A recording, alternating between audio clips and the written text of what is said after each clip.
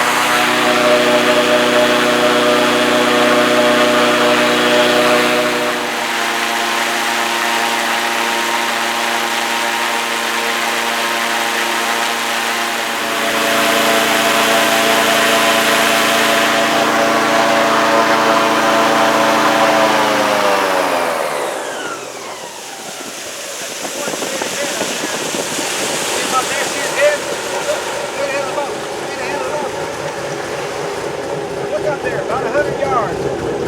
I see him. Right in front. In the dark shadow there. Yes, yes. On your side now, you see? See a big gate? Yeah, there it is. It was fine out here earlier. Now one popped up back that way. Well, they can hold a lot of air in their bellies. They can stay underwater for as long as 4 hours. Well, they're used to seeing you out here, though, right? They keep their distance. Sometimes they let me get close. Yeah. He may let me get like Big gator straight ahead here, Emma. Stand up. There he is. Yeah, look at that. Oh, he's going under. He's going under. Oh no, don't go Oh, under. he's keeping an eye on us. Oh, he came back on. He sees us. No, don't You see him, Emma? You see from the nose to his eyes, that's how, in inches, you convert that into feet. That's how long he is. Everybody Boy, see him? Emma. Yeah, that's a Yeah. big boy. You get pictures, Christine?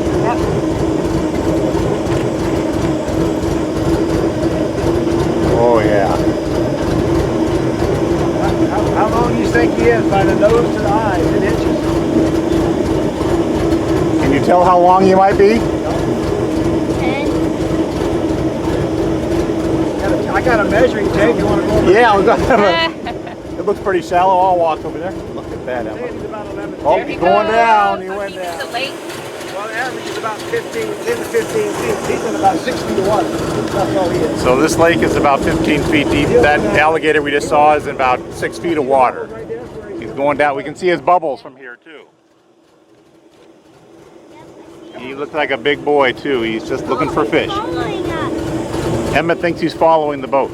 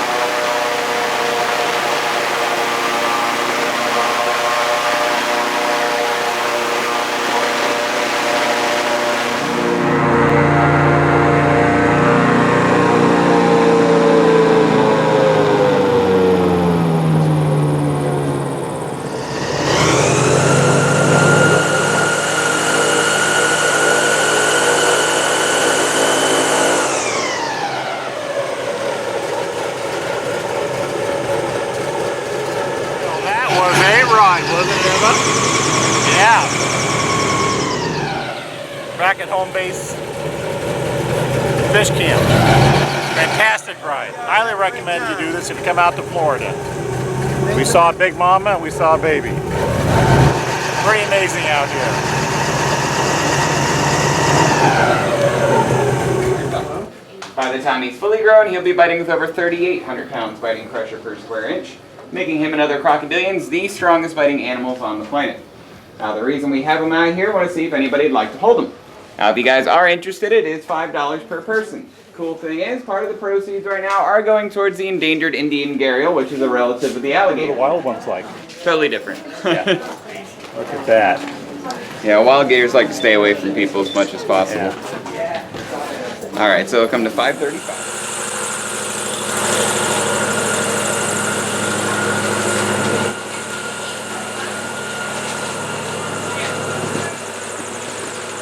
Looky here, we have a nice little thank you present from Christine and Emma. It's the Boggy Creek Airboat Ride souvenir. And look at that gator in there with his mouth wide open. Reminds me of Emma eating her lunch. Yummy. What a day. Okay, so that's Boggy Creek Airboat Rides out here in Kissimmee, Florida. Try it. It's one of the best things I've ever done, and I've done a lot of things in my life, especially as a reporter, but this was a blast. See ya.